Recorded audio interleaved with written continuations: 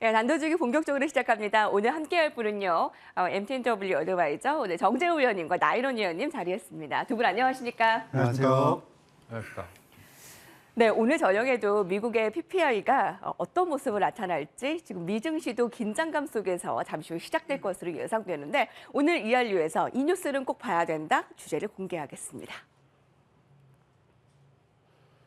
오늘은 형보다 아우였죠. 코스피는 엎치락뒤치락하는 모습을 나타냈는데 코스닥은 2%의 강세 흐름을 나타냈습니다.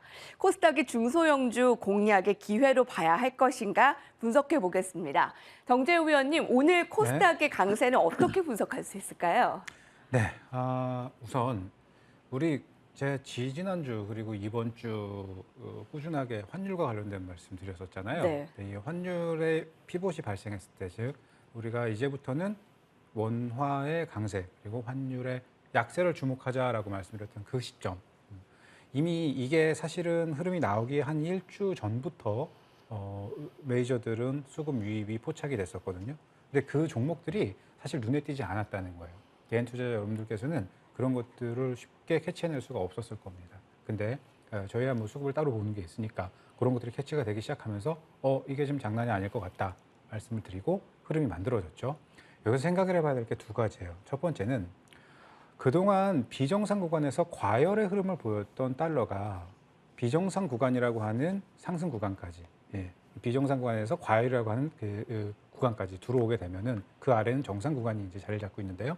들어오게 되면 누가 더 빨리 매수를 하느냐의 개념인 거예요. 즉, 1달러를 가지고 한국에 있는 한화를 매수를 하거나 원화를 매수를 하기 전에 원화를 대신해서 매수할 수 있는 종목군들이나 선물이나 채권을 매입을 할 때 1달러 갖고 1,400원의 가치를 책정을 해 주느냐, 네. 1,300원의 가치를 책정해 주느냐의 개념이거든요. 그럼 이제 빨리 매수를 해야 될 거 아니에요. 그러니까 급한 흐름만큼이나 더 격렬한 환율의 하락이 들어올 수밖에 없을 것이고 또 환율이 급격하게 내려오는 것만큼 지수를 단기간 안에 거의 22거래일 동안 선물 지수 49포인트를 끌어올렸거든요. 이게 결코 아무 때나 나온 흐름이 아니에요. 저점이라고 해서 아무 때나 나온 흐름도 아니고 뭐 피날레를 치는 구간이라고 해서 아무 때나 나온 흐름이 아닌데 이번에 더 격할 수밖에 없었던 이유는 일단 유입되는 자산들이 어제 말씀드렸던 중국 이머징 비중 조율 이런 걸로 유입되는 자산들이 무지막지하게 밀고 들어올 때 비싼 걸 매수했다는 거. 네. 그다음에 쇼커버가 들어간 종목군들의 대다수가 공매도 포지션이 많이 잡혀 있었거나 또 주선 매도가 많이 있었던 것들이 무거운 종목들이었다라는 거죠. 그 모든 조건들이 맞아서 매수가 들어오다 보니까 아무래도 큰 종목들, 비싼 종목들, 대형주라는 공통 분모를 갖게 돼요. 그래서 잠시 제가 차트를 보면서 설명을 드리면요. 지금 현재 제가 지금 화면에 보여드리려 하는 차트는 코스피 200 차트예요. 화면을 보면 설명드리겠습니다. 코스피 200이 밑에서부터 밀고 들어올 때는 시가총액 상위에서 코스피 200 포함된 종목분들이 많이 이제 유입이 됐으니까 얘가 가장 큰 상승을 했겠죠. 그래서 선물 지수가 종합주가 지수보다 조금 높거나 혹은 비등비등한 수준으로 종지와 코스피 200 지수가 가장 강하게 올라왔어요. 근데 여기까지 올라와서 생각해 볼 게 뭐냐 하면 과연 숏커버가 끝나고 나서 숏커버에 의한 공매도를 잡았던 것을 청산을 하기 위해서는 환매를 해야 되잖아요. 매수를 해야 된단 말이에요. 매수를 하면서 들어오는 그리고 실질적으로 자금이 밀고 들어오면서 매수를 하면서 들어오는 그 속도 여기서 공매도는 청산이 거의 다 마무리됐다라고 가정을 했을 때 이제 순수하게 매입 자금으로만 받쳐 올려야 되거든요. 그러면은 아무래도 탄력도는 떨어질 수밖에 없을 거예요. 여기서 이제 생각을 합니다. 어떤 생각을 하느냐. 비싼 걸 매수를 했고 이제 남는 돈으로 공매도 청산하면 현금이 남았을 거 아니에요. 그 현금을 갖고 무엇을 매수하느냐. 이미 비싼 건 밑에서 많이 매수를 했고 이제는 관심 갖지 못한 종목들 또 중소형 종목들. 그래서 오늘 보면은 다시 차트를 보면 설명드리면요. 코스닥 종합지수의 상승률보다 코스닥 150의 흐름이 더 셌던 거예요. 이제는 코스피 지수를 끌어올리는 종목들이 아니라 코스닥 지수를 끌어올리는 주요 150 종목군들을 더 세게 끌어올릴 수밖에 없는 거죠. 왜냐하면 여기도 똑같이 공매도가 많이 들어왔거든요. 근데 공매도 환매가 대형주만큼 들어갈 수가 없었단 말이에요. 물론 많은 상승을 했지만 더 격렬하게 올라갈 수 있는 이유와 여진이 있다는 거예요. 워낙에 많은 사람들의 시선이 우량주, 가치주라고 해도 그 가치주라는 범주가 우량주에 국한되어 있어요. 성장주라고 해도 그 성장주라는 범주가 역시나 우량주에 국한되어 있어요. 하지만 10원을 벌어도 성장성이 보장되는 기업이 있고 100원의 가치를 갖고 있다고 해도 가치가 보장되고 있는 기업들이 있거든요. 우리가 그런 종목군들을 다 알 수는 없잖아요. 하지만 메이저들은 그런 것들을 다 아우르면서 전체 컨버전 포트를 다 섞어서 운용을 한단 말이죠. 합성 포트를 운영을 한단 말이죠. 그래서 이제는 못 가고 죽이고 버리는 개념이 아니에요. 네. 상대적으로 여기까지 올라와 보니까 흐름이 나가지 않은 중소형 종목이 더 유리할 수 있는 거거든요. 그래서 그런 것들로의 매수세가 분산이 되고 큰 거를 크래킹해서 작은 걸 매수한 흐름이 만들어지게 되는 거예요. 그러니까 오늘은 코스닥 150이 더 유리할 것이고 주중 변동에도 여전히 선물과 코스닥과 종합주가 지수와의 교차 상승은 이루어지게 될 텐데 약간 쉬어가는 지수를 더 끌어올리고 종목을 더 끌어올리기 위해서는 약간 또 쉬어가고 보정해야 되는 환율도 잠시 쉬었다가 네. 더 내려가야 돼요. 결국은 더 내려가야 되고 지수는 더 올라가야 되고 주도주는 더 많이 가야 됩니다. 그 관점으로 봤을 때 지금은 교차 상승을 하는 구간이니까 따라붙는 건 좀 조심하자. 눌림을 이용해서 좀 매수를 하자. 네. 그런 관점으로 보다 다양한 시각으로 네. 너무 편협한 시각으로 한쪽 섹터와 한쪽에 나오는 뉴스와 이슈에만 집중할 것이 아니라 큰 흐름을 보고 매매를 하자. 저는 그렇게 좀 정리를 해드리도록 하겠습니다. 예.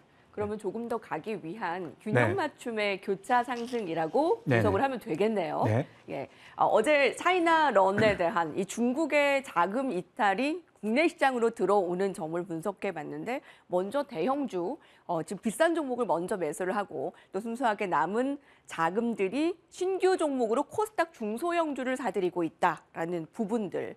그러면 코스닥이 더 갈 수 있느냐도 궁금한데요. 나인원 의원님은 어떻게 보십니까? 자, 일단 오늘의 주제니까 일단 코스닥에 대해서 말씀을 드리고자 하는데 굳이 오늘 시장을 좀 디테일하게 본다라면 사실 코스피나 코스닥이나 시장 전체적으로 크게 차이를 둘 만큼의 또 우세한 시장은 없었던 것 같습니다. 일단 코스피 시장도 좋았고 코스닥 시장도 좋았습니다.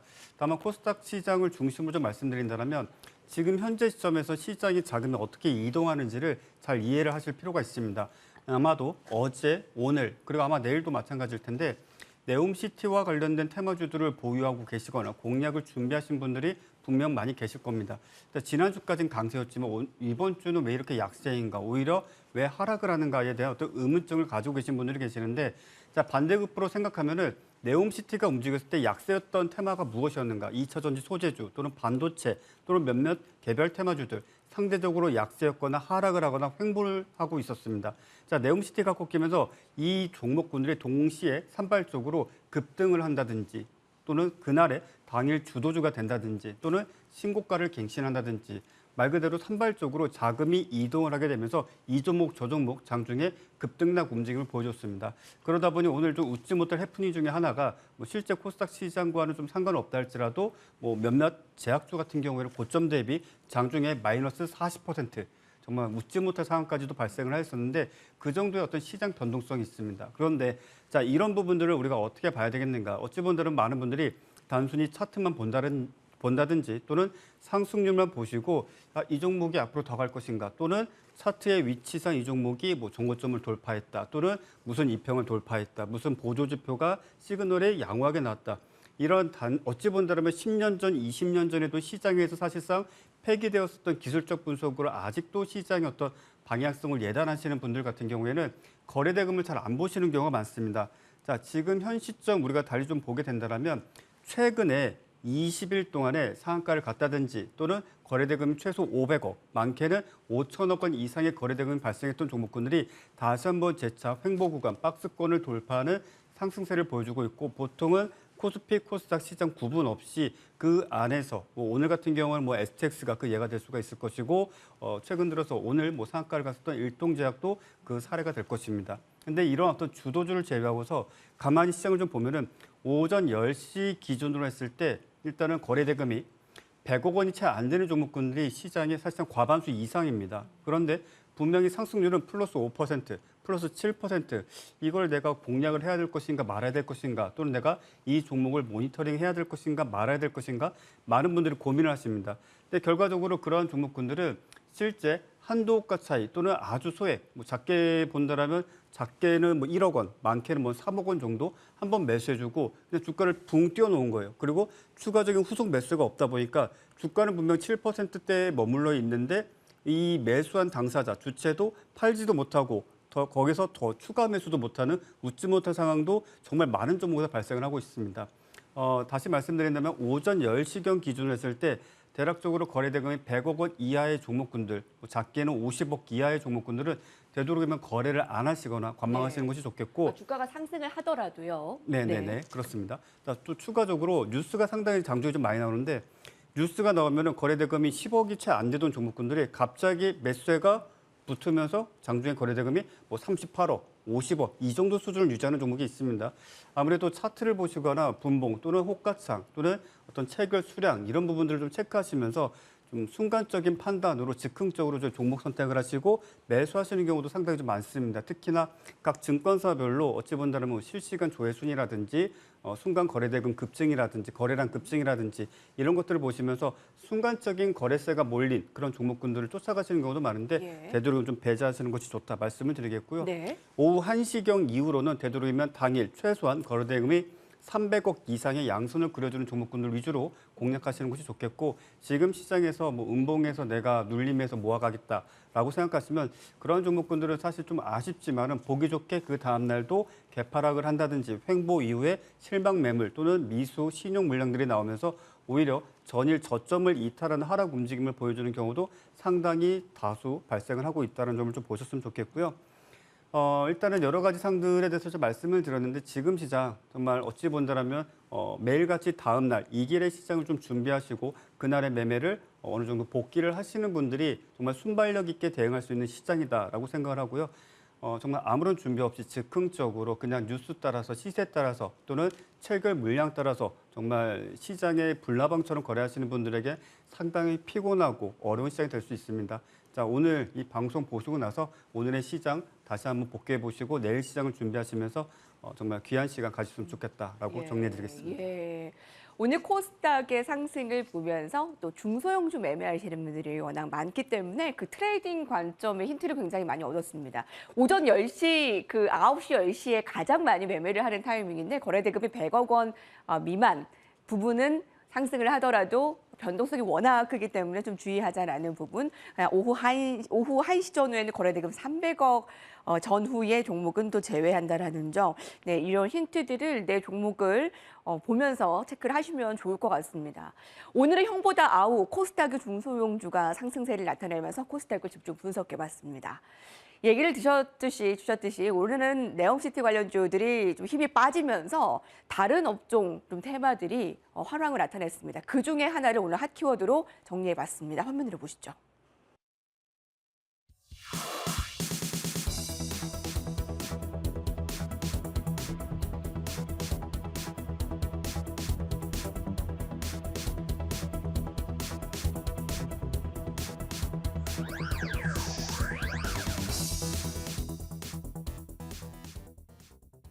네, 오늘자 이슈 키워드입니다. 여러분 건강 유의하셔야겠습니다. 독감 주사는 맞으셨는지요? 추위와 함께 온 독감과 또 코로나 재유행, 코로나19의 확진자 수가 다시 급증하고 있다고 합니다. 자, 그의 주식시장도 다시 들썩이고 있습니다. 오늘 일동제약과 일동제약 우선주가 상한가, 우선제약 홀딩스도 상한가, 우리 신풍제약도 상승세를 나타내면서 아마 신풍제약도 아래 상한가를 나타낸 것으로 마감이 나타났는데요. 어떻게 보십니까? 지금 코로나 관련주들의 재상승을 유력하게 봐도 되겠습니까? 저는 이 질문에 대해서 제가 답변 드릴 수 있는 성질의 것이 아니라고 생각을 합니다. 왜 그렇죠? 저는 정상이 아니라고 봅니다. 코로나와 관련된 것들을 지금 테마와 부결시키려고 한다는 거에 대해서 저는 조금 이해가 가지 않아요. 오히려 다른 시각으로 본다면 좀 재미있게 볼 수 있을 것 같아요. 네. 예를 들어서 자, 신풍제약을 말씀 주셨잖아요. 신풍제약뿐만 아니라 많은 제약주들이 저 높은 구간부터 시작해서 지금 얼만큼을 하락했는지를 보자라는 거예요. 그러면 적게는 60, 80%부터 신풍은 지금 90%대 하락이 나거든요. 그럼 보통 이 정도 하락이 나오면요. 어느 정도 반발을 주는 게 예의고 그래야 손님이 안 떠나요. 네. 또 바꿔 얘기하면은 그만큼 공매도도 많았던 종목들이 제약주거든요. 성장주가 움직일 수밖에 없는 시기가 있죠. 성장성이라고 하는 것은 주가가 올라가는 데서 굉장히 중요한 추진체입니다. 하지만 그 성장성이라고 하는 게 1년, 2년, 3년, 4년, 5년, 6년, 10년 이후의 어떤 성장치까지도 미래 가치를 땡겨오면 그게 바로 내재 가치되어 있는 주가거든요. 근데 이 부분을 좀 생각을 해볼 때 너무 많이 선반영이 됐잖아요. 코로나 시기에. 그러므로 인해서 어마어마한 매출이 날 것이다. 그러므로 인해서 어떻게 될까? 게다가 어떤 질병으로 인한 부정적인 견해가 더 큰 공포가 더 확산될 수 있다는 많은 요인들이 더 많은, 더 높은, 더 긴 미래 가치를 끌고 온 거잖아요. 근데 그런 것들이 소멸됨으로 인해서 더 이상 더 반영할 게 없어진 거죠. 여기서 코로나가 재확산이 된다고 해도요. 코로나 초기에 우리가 생각했던 공포와 그때 얻을 수 있던 수익을 이 기업들이 또다시 얻을 수 있냐라는 질문을 하게 되면 전혀 다른 결과가 나오게 되죠. 다른 답이 나오게 된단 말이에요. 그러면 그거는 이제 더 이상 재료로 볼 수 있는 게 아니에요. 그런데 이 많은 제약사들이 과연 네. 코로나 관련되어 있는 백신과 테스터와 이런 것들만 만들어냈느냐? 아니라는 거죠. 원래 잘 하고 있었던 게 있고 또 지금 현재 새롭게 개발하고 있는 파이프라인들이 있을 거란 네. 말이죠. 그런 것들에 대한 기대치는 전혀 묵살된 채 오로지 이 코로나와 관련된 어떤 기대치만 가지고 또 그게 너무 선반영이기 때문에 죽어야만 한다라고 하는 건 그것도 편협한 시각이거든요. 그러니까 바꿔 얘기하면 이제는 코로나도 코로나지만 그거보다는 기업이 원래 갖고 있었던 원래 본연의 가치, 원래 본연의 미래 가치, 반영되지 않은 재료에 대한 기대치, 또 거기에 더해서 반드시 필요한 게 그거예요. 근거가 있어야지 돼요. 이 회사가 어떤 기업은 이런 기업이 있어요. 기업 요약을 보면 우리 회사는 모든 돈을 연구개발에 쓰고 있기 때문에 매출이 없음. 되게 불편한 기업 개요거든요. 그게 무슨 얘기냐면 우리는 매출이 없으니까 실적도 없고 PR도 없고 재무제표 신경 쓰지 말아라는 얘기예요. 대표이사가 그런 생각을 갖고 있다고 하면 이 회사는 앞으로의 성장성과 본인들이 개발하고 있는 신약에 대한 굉장한 자신감이 있다는 거거든요. 하지만 자신감은 어디까지나 돈이 있을 때의 이야기인 거고요. 실체가 없다고 하면 돈을 베팅하고자 하는 엔젤 투자자도 BW 발행도 CB 발행도 다 막힐 수밖에 없어요. 그 경우에는 얘기가 달라지게 되거든요. 그래서 지금은 어떤 성장성만 바라보고 제약주를 보는 시기가 아니라 실질적으로 실체가 있는 기업들, 그 안에서 앞으로 헬스케어, 고령화, 무슨 뭐 여러 가지 이제 제약과 관련돼서는 제가 이따 공개 방송에서 얘기하겠지만 그런 것들을 따져가면서 너무 과도하게 공매도가 들어왔거나 제가치 미만에 있거나 조금 더 반발해도 부담이 없을 만한 그런 종목군들 위주로 흐름을 잡고 있는 거니까 또 어떤 테마만 연결해서 또 성장성만 보지 마시고 네. 조금 제약주라고 하는 것에 대한 본질적인 개념도 네. 좀 생각하시면서 종목들을 발췌하고 보유해 나가신다면은 좀 짧은 구간에서 변동성도 재밌게 활용해 볼 수 있을 거고요. 조금 중기 이상으로 볼 수 있는 제약주들도 있으니까 활용해 보시기 나쁘지 않을 거라고 봅니다. 코로나 확진자 다시 7만 명대. 정재우 위원께서는 오늘 제약바이오주의 상승을 코로나19 재유행과 같이 밀접하게 연관시키는 건 좀 아닌 것 같다라는 네, 좀 코로나가 의견을 재유행하고 주었습니다. 있다고 이게 만약에 문제가 된다면 크리넥스 같은 말도 안 되는 이 마스크가 아니라 KF94를 꼭꼭 맞고 다녀야죠 이렇게. 네. 근데 이제는 그렇게 생각하는 시대도 아니고 예. 또 그냥 풍토병 정도로만 생각을 하는 수준. 네네. 또 그만큼 독성도 낮아졌고 확산 속도는 많아진 것만큼 크리티컬함은 네. 낮아졌거든요. 그걸 감안해 봤을 때 이걸 또 확대 해석하는 건 좀 아니지 않겠나. 예, 그렇군요. 네, 오늘 신풍제약은 상한가를 나타냈다가 조금 상승폭을 줄여서 한 10%대의 상승 마감이었습니다. 자, 본연의 가치에 좀 더 중점을 둔 기업들, 제약바이오주를 좀 더 보시는 것 같습니다. 아까 얘기하신 뭐 헬스케어나 고령화 좀 가치를 아직 반영하지 못한 그런 기업들을 봐라라는 건데 어떤 종목이 보이시나요? 이제 이거는 이번 저는 제약주의 흐름에서 저희 회원님과 가족분들이 가져가고 있는 주도 섹터 종목이 하나가 있긴 해요. 근데 사실 저는 이번 제약바이오 흐름에서 전체가 다 좋다고 보진 않거든요. 되게 좀 제한적이라고 좀 보여져요. 수급들의 선택도 그렇고. 그래서 오늘 같이 이 방송에서 말씀을 드리고 조금 관심을 가져보자라는 정도로 말씀드리면 네네. 저는 이연제약을 말씀드립니다. 이연제약이요? 네, 이연. 그러니까 많은 거 보지 말고 이 기업이 뭘 하는지, 매출이 어떻게 되는지, 재무제표가 어떤지, PR 이런 거 다 패스하고 그냥 지금 현재 구간에서 공매도 수급과 현재 구간에서 더 올라올 수 있는 고수급만 보자. 그래서 10에서 15에서 한 20% 정도 더 올라올 수 있는 정도의 여지가 있다고 보는데 그거 이상으로 더 가져가는 거는 이제 그때 가서 수급을 보고 결정을 하고 지금 현재 구간에서는 그 정도의 변동폭만 다른 제약주들도 마찬가지예요. 그 정도의 변동폭만 활용하는 선에서 일단은 제약주 전체를 좀 관찰해보고 제약 바이오 안에서 실체가 있고 앞으로의 성장성이 더 보장될 수 있다면 그런 것들은 주체들의 수급이 어떻게 구성돼 가는지를 봐가면서 핸들링해 나가자. 그렇게 좀 설명을 드릴게요. 뭐 네. 이연제약은 나쁜 종목은 아니에요. 또 무슨 뭐 코로나 이런 관련돼서 어떤 뭐 편견이나 그런 걸 갖고 있지 않고 그냥 순수하게 수급만 보고 여기 현재 구간에서는 반발이 좀 더 가능하다. 그렇게 설명드리겠습니다. 예, 수급 발산이 상대적인 짧은 구간에서 발휘될 수 있는 이연제약을 의견 줬고요. 나일런 의원님의 의견은 어떠세요? 좀 비슷합니까? 아니면 다른 의견을 갖고 계실까요? 자, 일단 우리나라가 지금 현재 전 세계적으로 인구 대비 코로나 사망자 수가 1위죠. 일단 감염자 아쉽습니다. 수도 네. 사실 좀 놀라울 정도입니다. 일본과 비교를 좀 해보게 된다면 일본 같으면 인구수가 지금 1억 2,500만 명 정도가 되고요. 우리나라를 좀 넉넉하게 잡아서 한 6천만 명 정도를 놓고 봤을 때 일본이 우리나라보다 인구수가 2배가 많죠. 확진자는 우리나라가 2,600만 명이 넘었습니다. 그리고 사망자는 3만 명 가까이 되고 있고요. 일단 뭐 사실 이걸 뭐 구체적으로 제가 여기서 좀 말씀드리기 조금 부담스러울 정도로 좀 상황 자체가 일단 팬데믹 당시 수준으로 다시 돌아가지 않았는가라고 좀 말씀을 좀 드리고 싶을 정도의 수치가 좀 나타나고 있고요. 실시간으로 지금 계속적으로 지금 집계되는 데이터를 좀 보고 좀 말씀을 드리고 있습니다. 일단 지금 현 시점에서 또 우리나라 역시 마찬가지로 앞서 앵커님께서 말씀하신 것과 마찬가지로 확진자 수는 지금 5만 또는 7만 정도가 유지가 되고 있고요. 사망자는 5일 평균 잡았을 때 대략적으로 50명 정도가 일단은 사망자 수치를 좀 나타내고 있습니다. 자, 일본과 딱 비교를 했을 때도 인구수는 일본이 우리나라보다 2배 더 많은데 우리나라가 확진자 수가 더 많거나 오히려 사망자 수가 더 많은 상황인데 이 부분들이 일단은 조만간 뭐 11월 또 12월 뭐 송년회 또 막년회 또 여러 가지 또 행사 일단 지금 다들 일정 좀 잡아놓으신 분들도 계실 텐데 이런 어떤 부분들에 있어서 그리고 이번 주죠.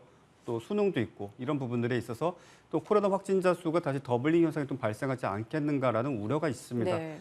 충분히 발생 가능성이 있고 사실 저도 그렇습니다. 이제 습관적으로 마스크를 좀 벗는 경우가 종종 많이 발생을 하고 있는데 앞으로 되도록이면 좀 마스크 착용에 있어서 조금 더 신경을 써야 되지 않겠는가 네. 싶은 생각도 좀 들고요.